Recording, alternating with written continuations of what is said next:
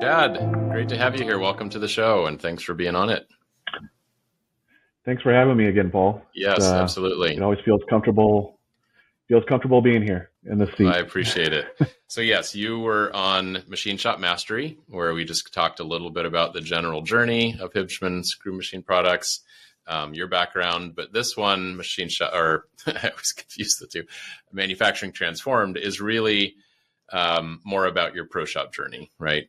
The other one is kind of arm's length to ProShop. This one we can really dig in and talk about the transformation that you've been through, with hopefully ProShop being a part of that. So for those that haven't listened to the other episode, I'd love for you to share a little bit about your background and the business today.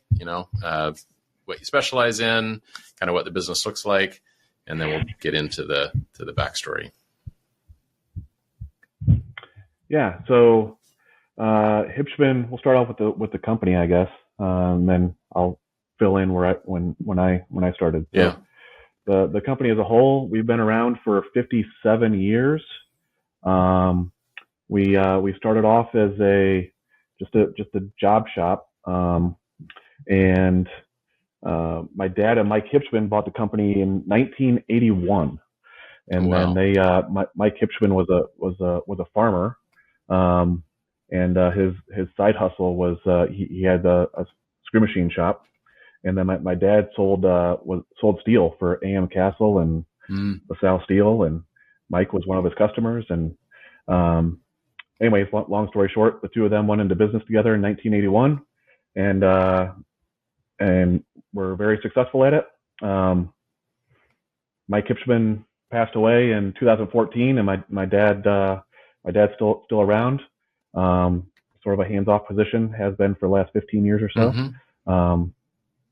And then for myself, I've been here for 19 years. Wow. Well, actually, I've been here since I've been about 2 feet tall, but I've been collecting a paycheck for the last 19 years. Right.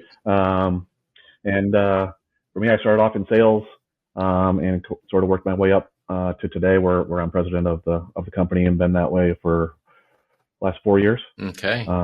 So the company, what we specialize is in turning. That's all we do is turning. So we've got multi-spindle machines, which is high volume production. I think the largest part we do, quantity wise, is about 2 million pieces a year. Wow. And then we have some Brown and Sharp screw machines. Mm-hmm.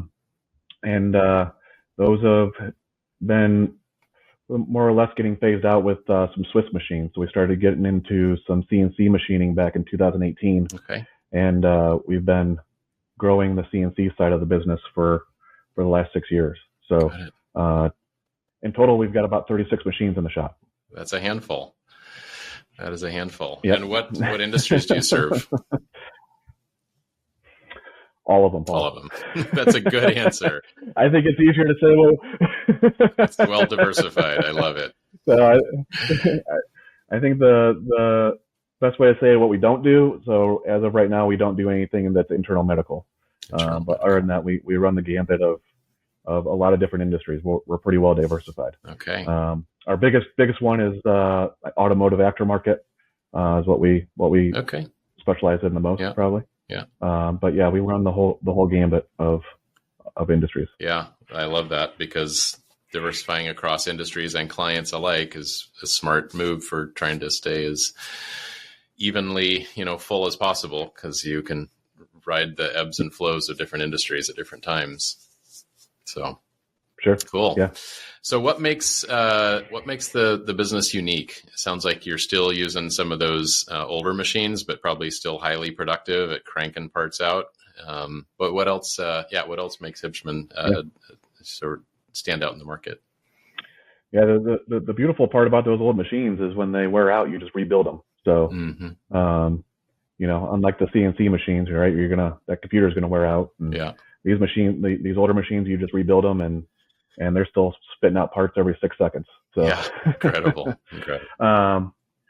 But yeah, I mean, that definitely makes us unique. I think I listen to your podcast regularly, and there's not a whole lot of guys that you've had on that are running Acme Gridley multi-spindle machines. Mm-hmm. So, but for us, it's certainly our ERP system makes us unique. I've discovered that over the last 2 years that we've been on this journey with you guys. That has certainly set us apart from our competition right now. Just our customer service, right? I think we're very relationship based, dealing with our customers. And then we're family owned. Yeah. I love that. Plan to be that way. Don't plan to change that at all. Love it. And so I think between those three things, that's what makes us unique. Awesome. What drove your decision to look for an ERP? Did I think you had one before. What was not working? Why did what were the challenges you were facing, and why did you decide you need something different? So we did not have an ERP system before. Okay. So spreadsheets and whiteboards and all that kind of stuff. Yep. So all we had was QuickBooks at the time and a lot of Excel spreadsheets. Well, even companies with ERPs. It's not like we were a small shop either, right? Yeah. So, even companies with ERPs often have a ton of spreadsheets anyway. So. Yeah. So, we're a 30 man shop. So we were doing it all with Excel spreadsheets, and we were doing okay with it, right? It's not like sure. But I saw the bigger picture, right? Like for me, I'm always thinking, how do I want this place to look when I retire? Whether that's handing it off to my kids or doing what, somebody wants to buy it, right? Like I'm always thinking ahead of how do I want this to look, if my kids want the opportunity, how do I want this company to look for them?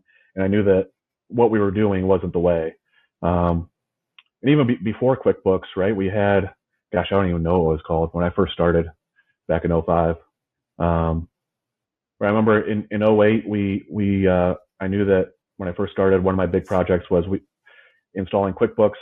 I knew that was going to take us to the next level, right? Rebuilding that foundation. I'm a firm believer as you grow that you have to every so often rebuild your foundation.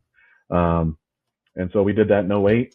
And then we did it again in 2022 with you guys. But as far as why I decided to get an ERP, and why I chose you guys was, there was about a year where I was researching ERPs, and for me, I kept on coming back to you guys, right? Like it just always in the back of my mind. But for me, I could never pull the trigger on it, until one day I had the opportunity to go back to school, and so there was and get my machine tool technology degree. And so there was an opportunity every like Tuesday, Thursday morning where I wasn't at the shop in the morning time. And once that all ended, I was able to take part in those production meetings again. And so it kind of gave me an opportunity to get out of those production meetings, and come back into them and realize that just the craziness that was happening for us to make decisions, right? They weren't clean, they weren't clear decisions, and it's because there was no awareness overall, right? There was nothing that was driving us to make a decision. Was it? So I remember that day, I was like, was it the lack of data that was, or lack of data? Yeah, for sure. Like, we always, every day in our production meetings, they'd always come around and, here's what we're running, here's what we're doing. But in terms of, there was, just being able to read what needed to ship out, when it needed to ship out, when it needed to go on to a machine, right? Like that we just didn't have that awareness, right? Wasn't anybody's fault of their own, except for mine, in that I didn't give my team what they needed. And so I remember, that day, it was in August. I was like, this is ridiculous. I can't do this anymore. And I remember I called up Daniel Soderland and told him this is going to be the easiest sale you made all day. I always love those calls. Yeah.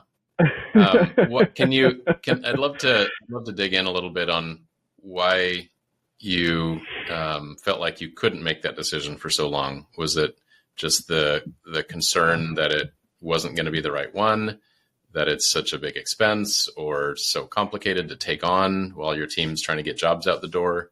It's really common that people delay and delay for a long time. But yeah, what was that for you? All the above. Yeah. I mean, everything that you just spoke of, all of those. I do know when I look back at it, my biggest regret is that I didn't do it sooner, for sure. 100%. Right. Cause I think, man, we could be so much further ahead right now, a whole year ahead of where we were. But yeah, the expense of it, right, was a factor that certainly played into my mind. Sure. And now looking at it, right, like that was so ridiculous to even think about that, because the cost savings that we've had as a result of it is outstanding. But yeah, just from my time, that I knew that I was going to get involved with it. Sure. I certainly love where we're at now, but it wasn't easy. It takes commitment and dedication to do it. Well, that saying that hindsight is 20/20 is so apt in a situation like this. But the reality is that, making a leap of faith, which is largely what it is, that, you can trust the company that's selling something or saying how good it is or whatever, and the reputation, I think in general the industry in general has a bad reputation. And a lot of, I'll call it sort of broken promises and failed implementations. And so being cautious and being concerned about it is completely valid. And, but yeah, well, thanks for sharing that. I'm sure many folks are in the same exact boat. Yeah. So once you took that plunge, do you remember the first time, like a particular feature or a thing that, started to make an impact and you were like an aha moment, like, wow, this is really going to be a game changer for us? Yeah, I was thinking about that earlier this week, and I always come back to the profit breakdown dashboard. I mean, I can speak on every single module that's in that that's within ProShop and why I love it. But I think like the biggest immediate impact was that profit breakdown right off the bat. Tell us about what tell us about that. We locked into that pretty early on. So we went live with ProShop in, I think, February of 23. So I think early on, probably in April or so, we started getting the data that was coming in to narrow in on the profit breakdown. So yeah, we're a big fan of kill the losers, is what we call it. Yes, absolutely. And looking at those numbers at least once a month, if not, I think my managers look at it more than I do at this point, which is great. But yeah, we love to play kill the losers, right? Where we're seeing those jobs that we're not making money on, and you've got 2-3 opportunities, right? Either get rid of the customer, which is an option, repricing it to where it should be, or figuring out a way to reduce the cost. Right. So when what makes me most happy is when we can see that we're losing money and we can reduce the cost, right? Like that probably brings me the most joy. Switching up, going from form tools to inserts on our multi-spindles has been a game changer for us.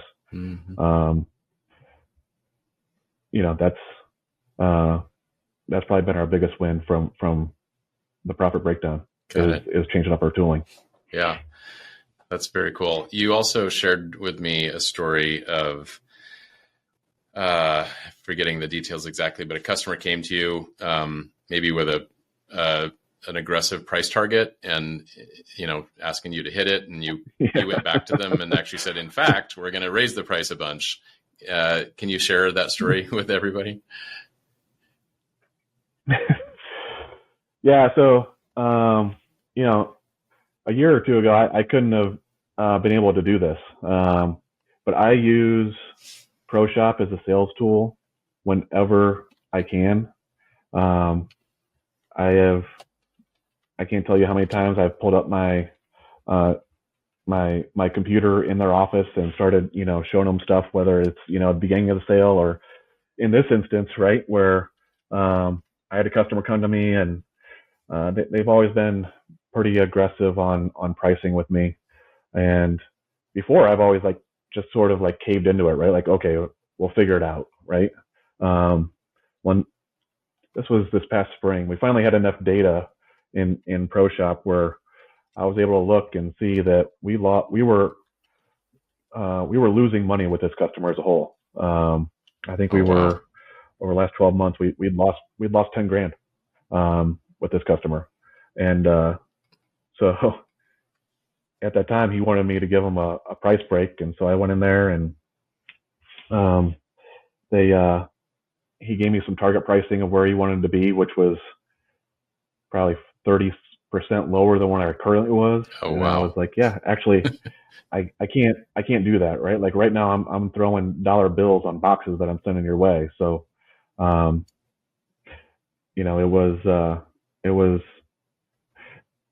was a satisfying moment because in the past I would have been like, the stress of me would have been like, I got to figure out a way to do this. And I was at that moment where I was at peace, right? Like if the customer wanted to move their business away, like I was at peace with it because, right, like I'm better off not without it. having these parts to make for them. And so I was at peace with it after that meeting. I felt like it really well. I pulled up my ProShop dashboards. I showed him exactly the profit breakdowns of where he was at with where we were at with his parts. And just last month, he sent over another order with the updated pricing that I gave him.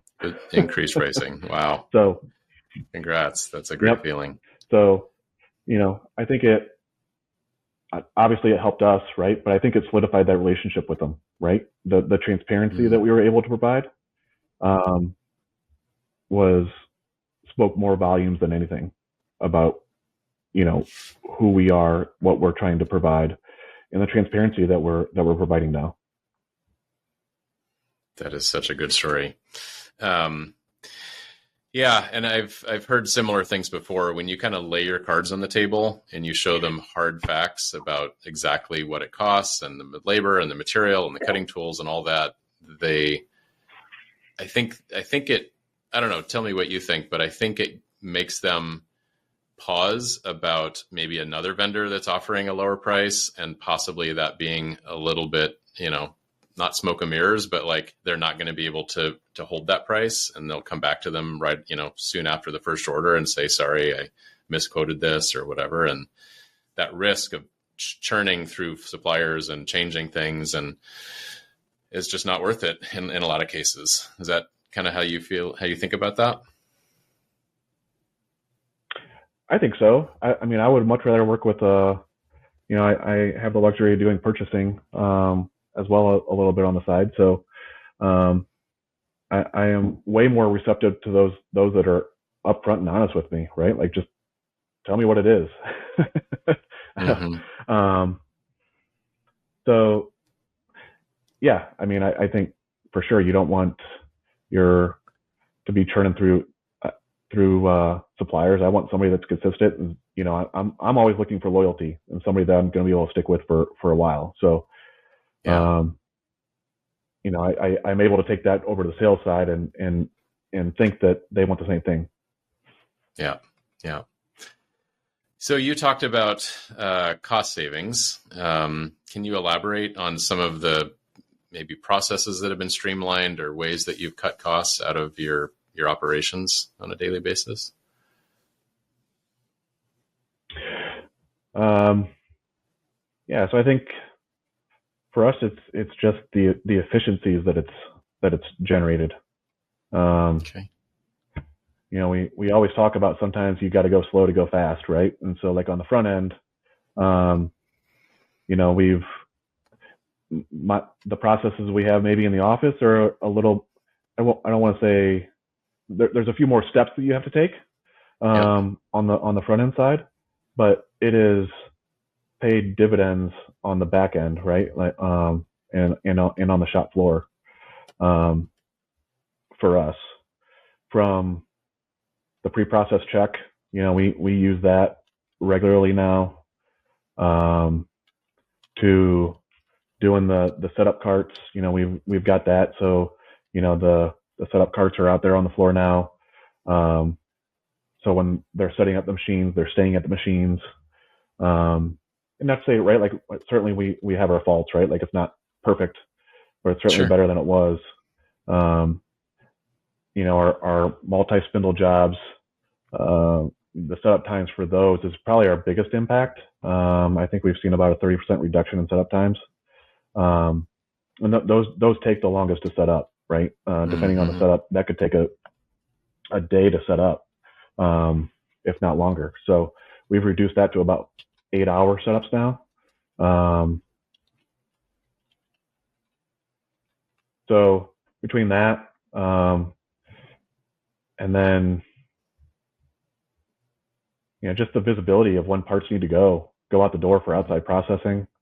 Right. We used to send a lot of partial shipments out for outside processing. Mm. We don't do that anymore. Everything, unless its customer needs it, expedites it, right? We're Right. not doing that anymore.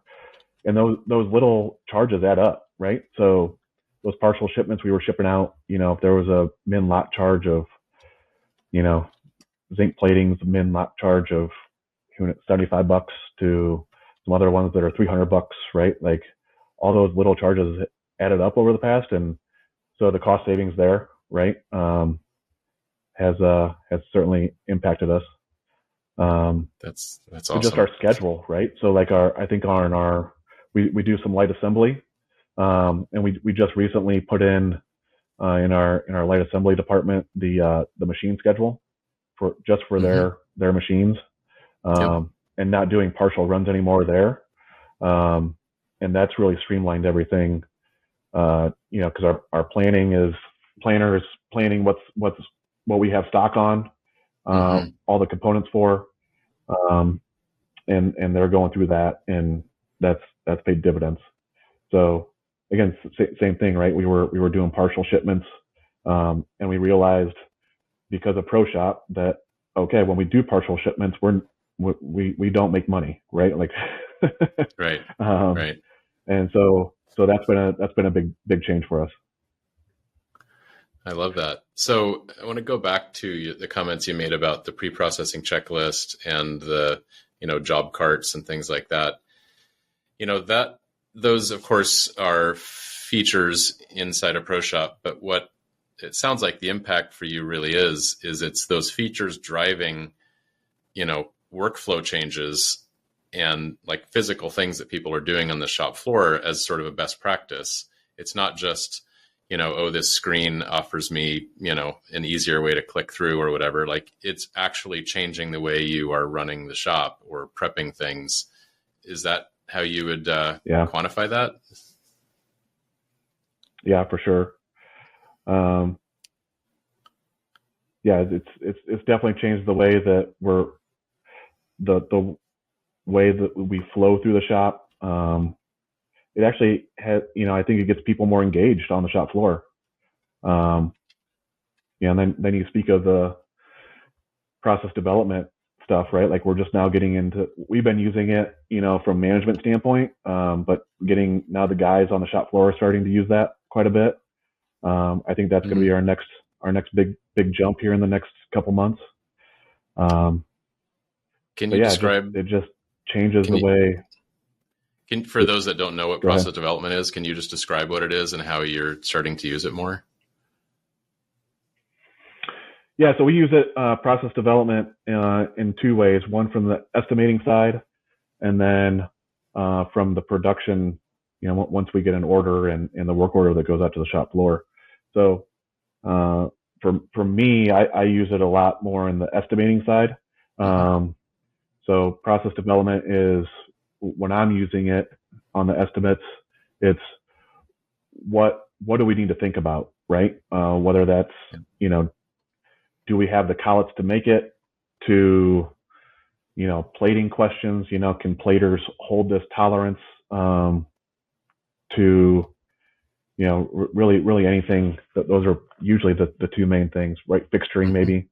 Yep. But it's asking those questions, right? So when we do turn that into a part, we've already answered those questions, or by the time we've quoted the part, we've answered those questions, right? Because for us, it's not one person that's quoting the job. It's usually 2 to 3 of us that are quoting the job. And so I'm trying to give them a little insight while they're doing the cycle times of hey, let's be aware of this, right? Kind of gets everybody on the same page.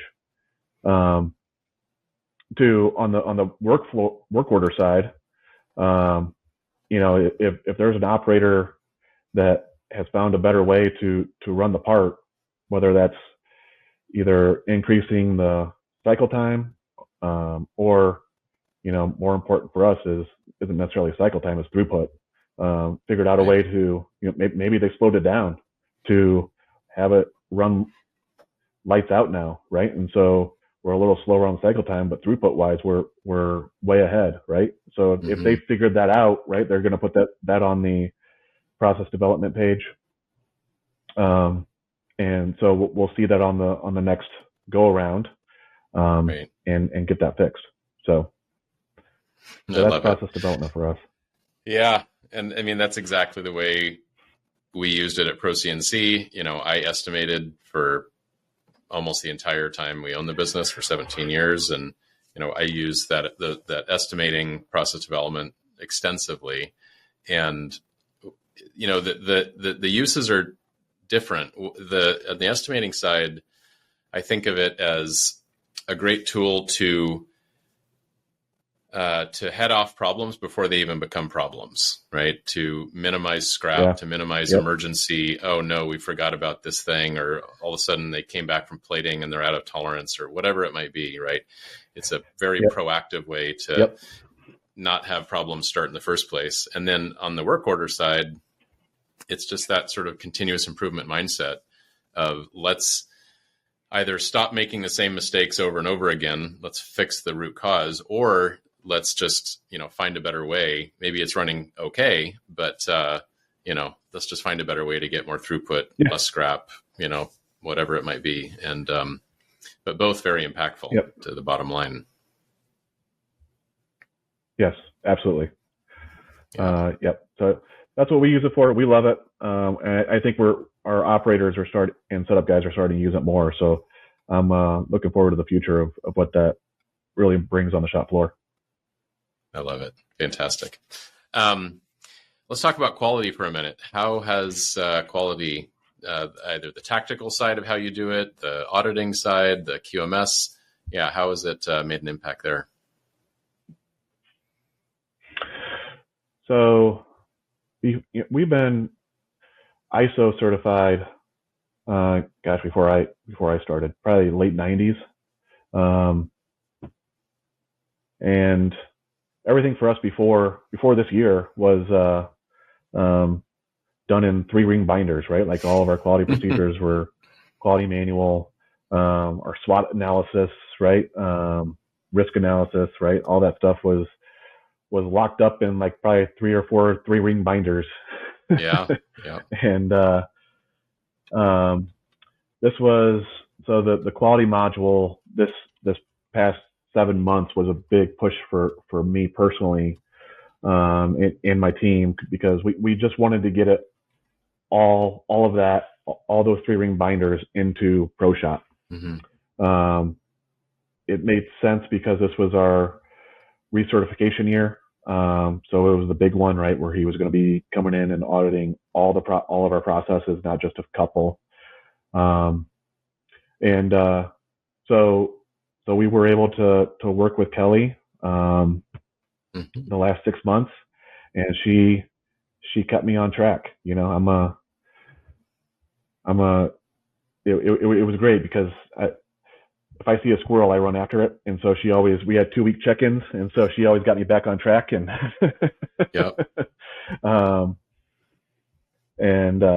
so it was great. We had our audit done 2 weeks ago. And before, so I was able to share a diagram with Kelly when we got approved or recertified. And the last in 2020, 2021, 2022, there's this bar graph. It shows, the auditor scores us of whether you're not meeting the intent of the audit, or you are meeting intent. And then the next level is like level 4, which is mature, and then level 5's benchmark. And we've always been, for longest time, 20 years, we've always been just meeting intent, right? And it was kind of cool. Last year, we worked with the auditor, and we told him, hey, our 3-ring binders is what we're going off of, but we're getting ready to make a change, and so we're going to work with you alongside our 3-ring binders. We want to see how this is going to stack up with ProShop. And so last year's audit that they came through and did, you saw those bars increase from just meeting intent to, there was like 2 of the 6 bars that we got raised up to mature. I'm like, that's pretty cool. And this year he came and did the audit, and every single line item was mature. And that was a big moment for us, right? Like aha moment of, this is where I wanted to be. This is where I wanted to be from 2 years ago, right? And so it's been fun to see. This was the first year that I was telling you earlier, Paul, that for the last 19 years, every time that they came and did an audit, I was always right on that auditor's hip, always thinking of like what could go wrong and how can I correct it in the event that it did. And this was honestly the first year where, when he wanted to go out on the shop floor and speak to my team, or go into the quality office and speak to, the quality inspectors, I was like, okay, I feel 100% confident in our abilities because of what ProShop laid out for us, that I was able to let it go, let him go and do his thing, and knew that it was going to be okay. Oh man, I love that story. How is that? What kind of impact has that had on you?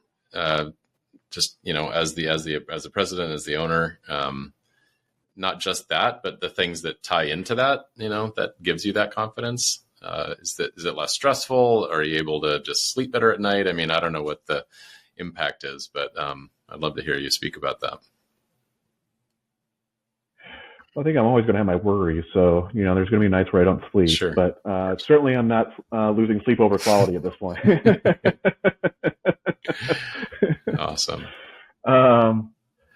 Yeah, it's been, I think I see it in my team, right? Like that's what brings me the most joy, is that I see that their confidence rising in it, right? They know, just having everything at their fingertips, right? How often did we actually break out if somebody had a quality procedure issue in the past when we had those 3-ring binders, how often did we break out those 3-ring binders that answer that question? Mm-hmm. Never. Right. Right. Now it's at every single person in our shops. It's at their fingertips, right? We just, even today, we were just onboarding one individual. And so we came up with a work order for them to do their onboard training, right? From the forms they need to fill out, to their ProShop training, to their lean training that we want them to do, to their quality training, right? Like that was an op. And having everything in there that I wanted him to be trained on before he could start running machines is a game changer for us. We never had that before until today. So I let him know he was our guinea pig. Mm-hmm. There's going to be some errors along the way that I made in it, but it's so much better than what we had before. And knowing that I'm not going to have to come back and, did Johnny get trained on the QMS basics. Right. Well, no, he already has, Right. Right. and we can track it. That's cool. Like, I love it. That's game changing. Have you used work orders for other things besides onboarding? We used them in lots of creative ways at our shop. But yeah, we've used it a little bit for maintenance, on fixing stuff. We just started using it for like our preventative maintenance, creating that work order. So we've got that in our schedule now. So we can see when maintenance is due on machines. That's been kind of cool to see. So we just started doing that 3 or 4 months ago. So we were shut down for 4th of July week, and so they got all that maintenance done on all of them except for 2 machines. But it was fine, right? It's like, okay, we didn't get maintenance done when we wanted to, but it's still on the schedule. We're just going to drop it down to here, and we're going to knock it out, right? Like, it's always on your mind. Yeah. Which again, before it was, well, we didn't get it done. You just forget about it, right? Right. We're not losing track of it anymore. But yeah, onboarding, preventative maintenance, or just machine maintenance is probably the 2 biggest things that we use the work orders for now. Okay. Well, just a few, jobs. Yeah, just a few ideas for you or anyone listening. We issued work orders for Kaizen events. So if we were going to run an event like in the shipping department or somewhere, we'd schedule the entire thing out in a work order, all the different steps, assign people to those tasks so they could see that coming and schedule it in to, be down for, or whatever, whether that brought it down or not. We used it for buying new machines. So we had a part template for the research, the scheduling of electricians, concrete workers, plumbing, the installation, the calibration, an entire work order template, part template for that. So every time we would buy a machine, we would issue a new work order and just follow the steps all the way through to installation and that's awesome. Getting up and running. So, lots of creative ways to standardize a process to make it just sort of plug and play. We've been using, like, for our lean events, we've been using the equipment module a lot. Yeah. And so we just created, and we've tied that into, one of our equipment modules is our management review. And so Kelly and I worked on this. So, these are all the check marks that we want to hit at least every month. Some are, most of them are every month, some are every quarter, some are semi-annual and annual. But one of the things we added in there was, so we like to audit the audit when it comes to our lean. Okay. So with, we've got our lean events, or start our 5S every week. We've got different departments. And then we've got, like our key inch room, is an audit. And then we've got, like, bathrooms is an audit, right? We've got a process for cleaning the bathrooms. and every week, right? Like, it gets reassigned with different individuals. And so they complete those tasks for their 5S for the week.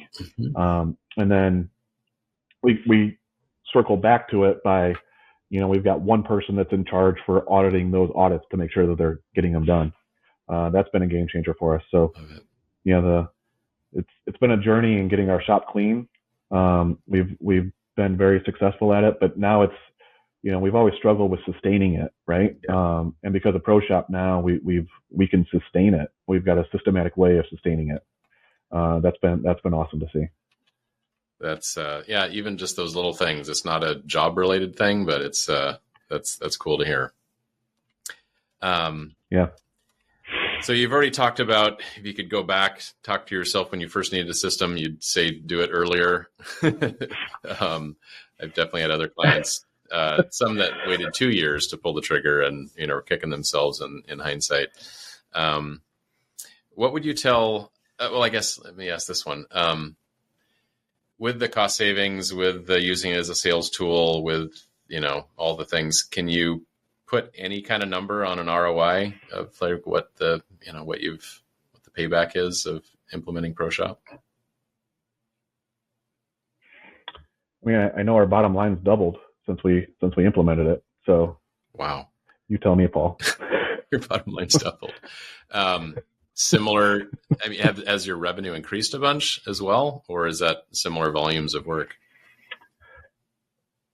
Similar volumes of work. Yeah. Okay, that's meaningful. Yeah, awesome. So what would you tell someone that was in the middle of ERP research to make sure to, do or not do? Well, I would say do it sooner, right? Like I said, my biggest regret is I didn't do it early enough, right? I wish I would have leaned into my original thought and just went after it instead of waiting a year. Right. But yeah, I think again, some of the pushback might be, it's too slow, but sometimes you got to go slow to go fast. And I think we're a prime example of that, right? Like sometimes you do have to go slow to go fast. Right. Yeah, just do it. Yeah. Do it sooner. Yeah. Yeah. We wrote a blog recently about this fascinating phenomenon where when there's a snowstorm coming, cows will head the other direction. They'll try to run away from the snowstorm, which of course always catches up with them. And then they find themselves in the snowstorm running the same direction, extending how long it takes. Whereas buffalo head directly into the snowstorm and they just put heads down and they persevere through it, and they actually get through it quite a bit faster because they're, they're shortening the time that they're in it. And that analogy of just, don't delay, push through hard times, push through challenges, and you're going to come out the other side faster, better, stronger, than you would otherwise, I think is a great metaphor, analogy for so many things in life. That's fun. Yeah. No, I shared that exact same story with my team awesome. Towards the beginning of when we went live. Uh-huh. I had some of them having to, they Googled whether that was a true story or not. It is. Buffalo do go into the store. That's yeah. I just learned that a few weeks, a month or two ago. So it's fascinating. Well, that's fantastic. So speaking of employees, can you talk a little bit about the employee concerns, reservations, hesitations? When you were describing to them what you're about to do, getting rid of all the paper. Yeah, I think for me, when I went into it, right, I thought, I think probably every shop owner would feel the same way. Your biggest concern is going to be, getting your guys on the shop floor to buy into it. And you think that the people in the office are going to be, right there alongside you and, going to buy into it before the guys on the shop floor do. Right. I certainly went into that. I had a lot of conversations with our guys, before we started implementation about it. Certainly some of the older guys that were nervous about using a computer, right? Some of them never used a computer before, and just shoring up why we're doing it, right? Like the getting that tribal knowledge out of their brain, out of their head, and onto paper, or not onto paper, but into the cloud. And I think here we are 2 years later, and it's funny how it worked out, right? Like I think my guys on the shop floor bought into it way faster than the people in the office did. My guys on the shop floor, young and old, saw the benefits of it way before the people, my office people saw it, for sure. Well, I could imagine with a few extra steps in the office, they're like, hey, this is actually a little more work for me. I could see why that could be the case.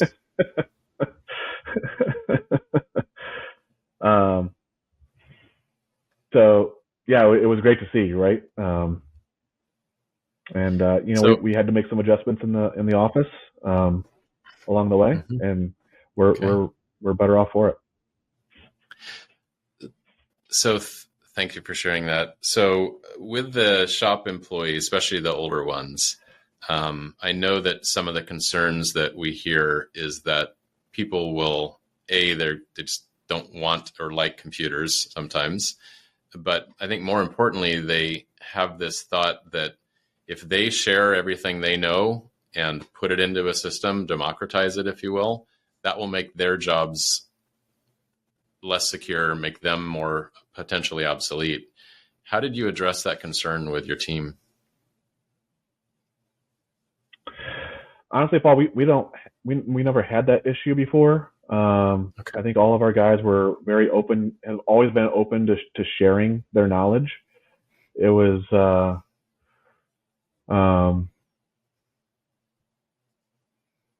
just getting them comfortable with a computer. Really is all it was. Right. And I know there was probably 4 or 5 individuals that I let them know, hey, I will have somebody by your side every day until you get it figured out. Whether you get this figured out in 1 week, six Right. months, 12 months, right? Like we're here, right? We're not going to let this deter, our long term journey with you. Mhm. And I think we certainly held up to our end of the bargain on that. I had 2 individuals that didn't even speak English. What one certainly didn't speak English. The other one spoke English, but not very well. So right, like there was a language barrier on top of that. Yeah. And yeah, we were there every day. Just this is where you click. This is how you clock in. This is how you time track. Right. Yep. And now they're probably the best operators of ProShop that we have. I love it. It's fantastic. Yeah, I've been on shop tours and taken pictures with, 68-year-old guys that are just, yeah, the owners thought they were going to be the big curmudgeons, but they're like the biggest champions and they're just, smiling ear to ear and loving Yeah. it. So, One of the things um, one of the things we did early was we found scribe.com. I think, or is it scribe.com? How to okay. scribe? I don't know. Scribe is what we did, and so you can go on there and create like a procedure just based on how you click, right? Like so you click Hmm. to on your name, and then you click time clock punch, and so we did that, and then we created PDFs for those, and so we've got probably 4 or 5 different like tips or tricks or like how to procedures of how to do that stuff, and that helped us out a lot. So you sort of set it in recording mode and it tracks the actions you're doing on the screen and It tracks takes your screenshots? yeah it Wow. yep, it takes screenshots of every time that you click somewhere on the screen, and then up above you can write comments in of written descriptions of in more detail. That is very cool. I will definitely look into that. That seems very useful to our team for creating work instructions and trainings. Um, well, kudos to you for having your team always have that mindset of sharing, because I know that's not the case in many shops. So that's clearly has to have been Mhm. something you've done right over the years with the culture you've built, with the way you run the business, with the hiring that you've done of the individuals that fit with your culture or whatever. So kudos to you on that. Um, so would you feel like that your culture has actually changed at all? You mentioned the guys maybe getting more engaged, maybe to contribute. Uh, is that had a bigger impact sort of culturally in the whole business? And culturally, I think that we excel very well. Um, but yeah, I think the thing that's changed the most is uh, ownership. Right? It's gone from the days of you know just me to everybody is has taken ownership in uh, the parts that they're making to the way that the shop looks every day, all of that, right? So yeah, that's been the biggest shift is them, everybody taking ownership in the company. That is very cool. That must feel good to feel like you have more supportive team doing that along with you. It does. In fact, I'm leaving for vacation later on today, and again, before I would always be a little nervous or probably check in on them, and this is one of the first times that I can leave, and I know that I'm not going to have to call, or they're probably not going to call me. That's got to be a good feeling. I hope you have a very relaxing vacation. And it's obviously there's more to it than just ProShop, but again, ProShop has been part of that foundation that has gotten us to that point. Yeah. I would love for you to share one or two of your most memorable experiences being in your position, leading this shop. Just in general? Yeah. I think two things come to mind that probably had the biggest impact for me, and they're all recent. I think I've shared before with you. Again, I've been here for 19 years. For 17 of those years, I felt like I was all alone.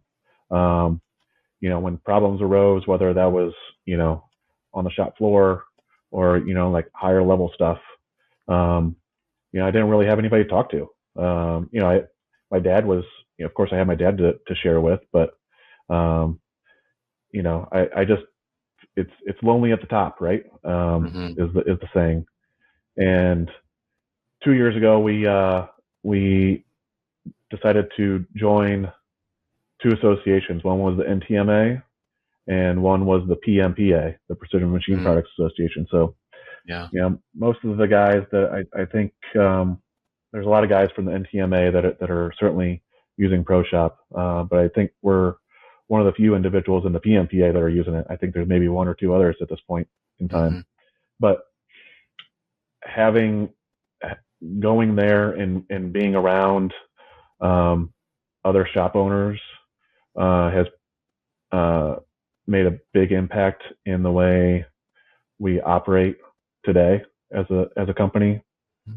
But the biggest thing out of that is one from the NTMA. They have their leadership development program, the Engage Emerging Leaders. And so we've sent two people, the Emerging Leaders. We've sent two people to that. They're both in their second year there. Both of them have been promoted because of that.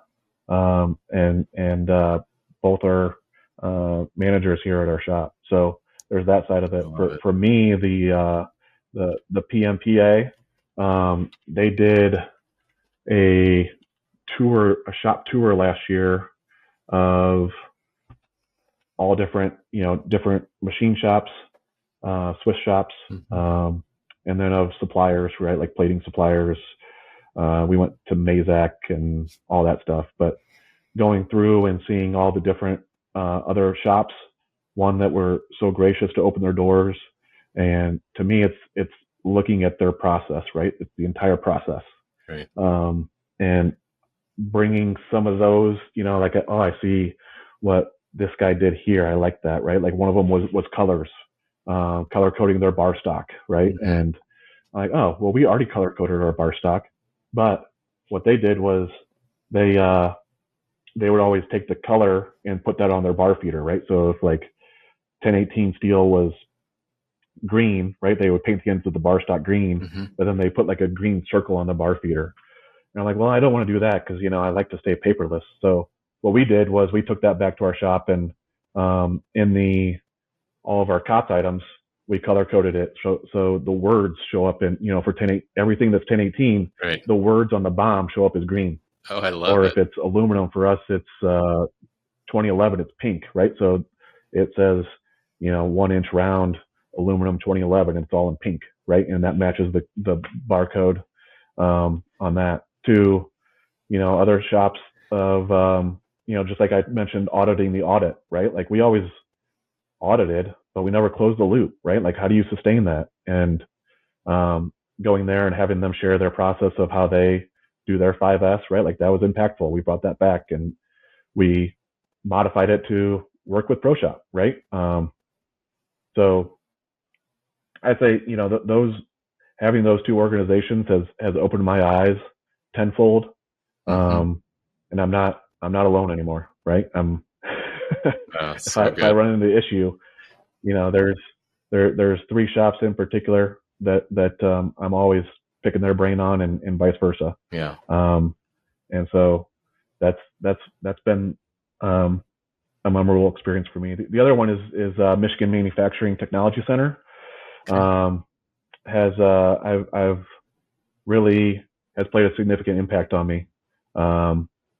So Michigan Manufacturing Technology Center is the Michigan's MEP. Yep. And they came down last year and they did an Industry 4.0 assessment on us. And, they spent 3 or 4 hours touring our shop, answering questions, and they went back and they wrote their report and they came back to me and they're like, well, we got good news and bad news. He was like, the good news is everything that we would recommend, you're already doing. And they probably dove most of the time they were here. They were looking at ProShop. They were amazed with, how we are able to punch above our weight. And so they spent a lot of time doing that. So they said, everything that we would recommend, you are already doing. They're like, the bad news is because of that, we don't have any recommendations for you. But what it did was that opened us up to some other opportunities. So they got us in contact with the Michigan Economic Development Committee, who in turn hooked us up with what's called the Ed Lowe Foundation, which is a foundation here not too far from us. But they set us on this, me personally, on a leadership journey that I'm still going through right now. And so I would say those two things are the biggest impacts for me, with the Michigan Manufacturing Technology Center and the NTMA and PMPA. Well, good for you for reaching outside your bubble, engaging with other leaders, learning, investing in yourself and your business. I know a lot of people feel that lonely at the top issue. And I know when I've, joined organizations and had peer groups, it's always been immensely helpful. So that's fantastic that you had such a good experience there. So what, just a couple more questions and we'll wrap it up here. I know I don't want to stand between you and vacation. What have been some of your biggest wins, best strategic moves you've made over the years? Whether it's pre-ProShop or during or after, whatever. Yeah, I'd say employee training. We've had a couple individuals, go through Ivy Tech here, which is our local community college, and paying for them to get their machine tool technology degrees. That's been very impactful for us. Even me personally, right? Going back to school and getting that degree as well. Right. But certainly our ERP has played a huge role in our strategy, right? So now we're at a point of because we have the ERP, we have the data now. Now we're looking into 20 years ago, I would have never said that we would hire a marketing company, and here we are today. Just hired a marketing company to help us grow, and we become so efficient both on the shop floor and in the shop and with our coding process. Right before we couldn't have handled that. Today we can. And I would say, right, like transforming from, a shop, an older shop running CAM operated machines, and getting into the CNC game, if you will, has been a very good strategic move for us. Mm-hmm. Mm-hmm. So I see the long term goals of that. That's cool. So you, on the marketing side, and kudos to you for that. That's one of the most, whether you hire it or do it yourself, focusing on sales and marketing is one of the biggest levers you can pull in, continuing to grow a business. So just to summarize, do you feel like there's been enough increase in throughput and capabilities or whatever else that you now have open, even though you've doubled your bottom line and probably means you've shipped more product as well, you have enough bandwidth and capacity now to backfill with new customers, new projects? Yeah, for sure. Absolutely. Especially like looking at the machine schedule that you guys that's on there. Yeah. One of the things that we are always looking at is the machine availability versus what we've actually run for the last 8 weeks or the last 4 weeks. Mm-hmm. And then I think breaks it down to even 1 week. Yep. So that's allowed us to, you've always like had that feeling, again, that even goes back to just last week. We've had a customer come in for a shop tour and they were asking about, a certain machine that they want to put some of their parts on for us to run. And he was like, well, what's your capacity? And I told him, I was like, it's about, 50% right now. And we looked at, I'm like, actually, I can give you a hard number. And so we looked it up and I was actually able, going from a guess to, no, this is what we actually have used over the last 15 or 8 weeks. Right. Right. I love that. So that's been very cool. That's been great. I love the data. That's awesome. So if you can go back a couple of years and imagine not making that decision, just continuing with the spreadsheets and the way you've done it, what do you think the business would look like today?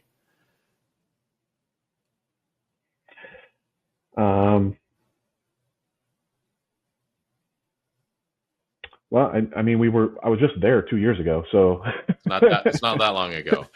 I think may feel like it's not it. that long May ago. feel like a long I was time living it since you just went through an ERP implementation.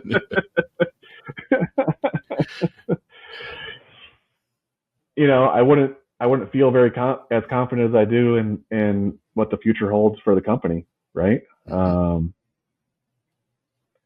don't think that we would, from promoting from within, right? Like, would we have been able to do that? I don't know.